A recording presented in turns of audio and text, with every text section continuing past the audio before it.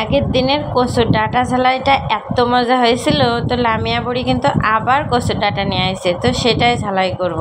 তো আসসালামু আলাইকুম, সবাই কেমন আছেন? আশা করি অনেক ভালো আছেন, আমরাও কিন্তু অনেক ভালো আছি। তো এই যে কচু ঝালাই খাওয়ার পরে কতটুকু ভালো থাকবো জানি না। তো এখানে কচুর ডাঁটাগুলো আমি সুন্দর মতো পাতলা পাতলা করে কেটে নিয়েছি, আর এখানে অনেকগুলো শুকনো মরিচ পুড়িয়ে নিয়েছি, সাথে ছিল সাদা সরিষা। এবার এটা সুন্দর মতো বেটে মাখানো হবে।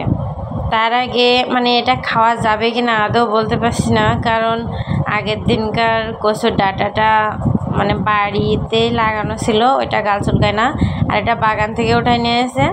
তো এটা কেমন হবে জানি না, তবে টেস্ট করে অবশ্যই আপনাদের সাথে বলবো। তার জন্য কিন্তু ভিডিওটা পুরোই দেখতে হবে, তারপরে আপনাদের বলবো, রিভিউ দেবো যে কেমন হয়েছে।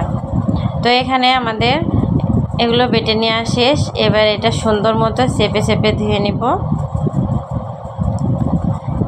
এবার কিন্তু আমি এটা সুন্দর মতো চেপে চেপে পানিটা বের করে নিচ্ছি।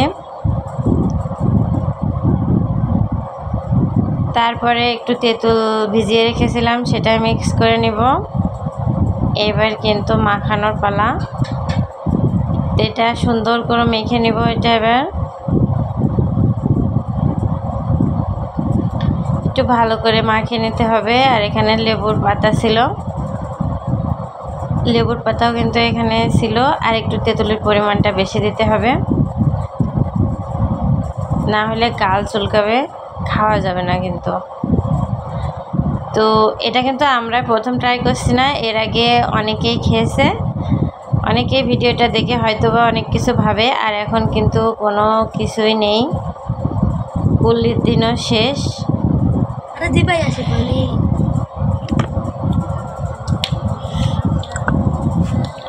মজা,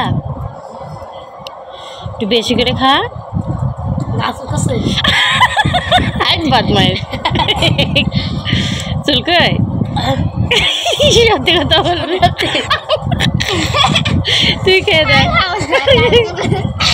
চুলকাছে না, আমি খাইছি।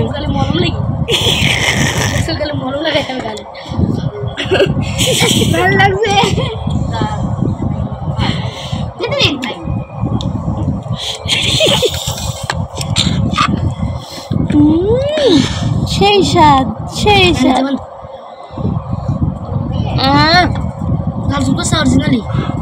ছাগল মজা লাগছে।